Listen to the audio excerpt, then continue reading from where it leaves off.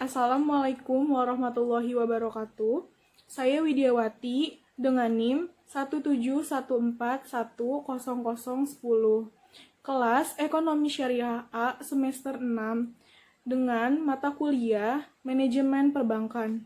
Saya di sini akan menjawab ujian tengah semester yang telah diberikan oleh Bu Yani. Soal pertama yaitu sebutkan Undang-Undang dari Perbankan dan pengertian dari perbankan. Undang-Undang dari Perbankan yaitu Undang-Undang Nomor 10 Tahun 1998 atas perubahan dari Undang-Undang Nomor 7 Tahun 1992 dan Undang-Undang tentang Perbankan Syariah yaitu Undang-Undang Nomor 21 Tahun 2008. Pengertian dari perbankan menurut Undang-Undang Nomor 10 Tahun 1998 yaitu perbankan adalah badan usaha yang menghimpun dana dari masyarakat berupa simpanan dan menyalurkan dana kepada masyarakat dalam bentuk kredit atau bentuk-bentuk lainnya dalam rangka meningkatkan taraf hidup rakyat banyak. Selanjutnya, soal nomor 2 yaitu peran Bank Indonesia terhadap pemerintah. Bank Indonesia berperan sebagai bankir, agen, dan penasehat pemerintah.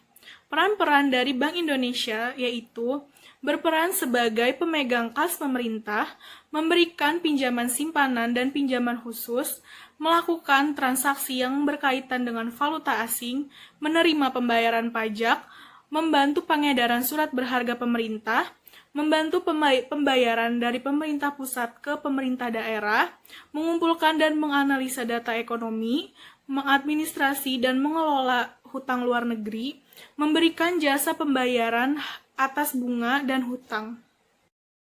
Soal nomor 3 yaitu jelaskan kegiatan-kegiatan dari perbankan.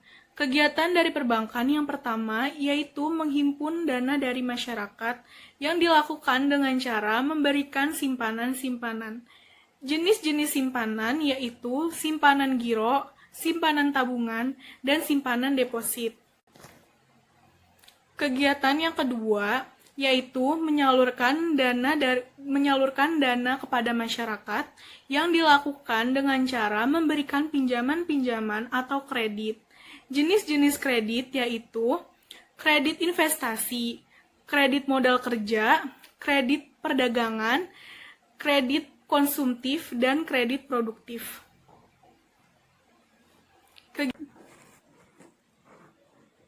Kegiatan perbankan yang ketiga yaitu memberikan jasa perbankan lainnya seperti memberikan setoran-setoran seperti setoran pembayaran pajak, pembayaran telepon, pembayaran air, pembayaran listrik, pembayaran uang kuliah, dan lain-lain.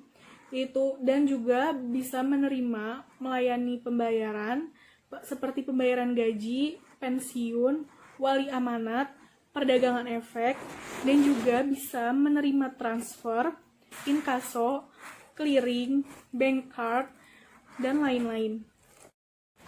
Selanjutnya, soal nomor 4, yaitu saya akan menanggapi mengenai virus COVID-19 terhadap perekonomian Indonesia.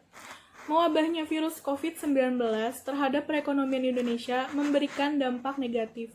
Salah satunya yaitu menyebabkan kurs dolar terhadap rupiah meningkat, bahkan mencapai Rp16.000 per 1 dolar. Dan juga memberikan dampak lain seperti peningkatan inflasi, menurunnya indeks harga saham gabungan, kredit macet, pelebaran defisit neraca pembayaran, cadangan devisa negara menurun.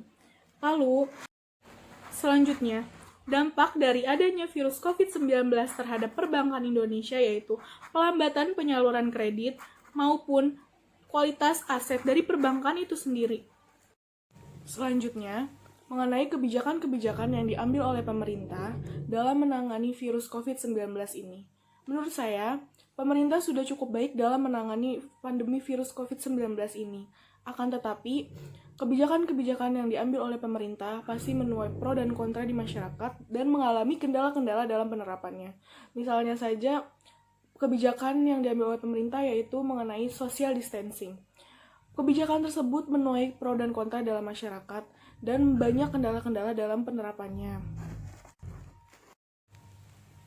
Misalnya, penerapan social distancing yang umum dilakukan yaitu work from home atau bekerja dari rumah. Banyak masyarakat Indonesia yang tidak setuju akan kebijakan tersebut karena banyak rakyat-rakyat kecil yang tidak bisa mendapatkan penghasilan jika tidak bekerja.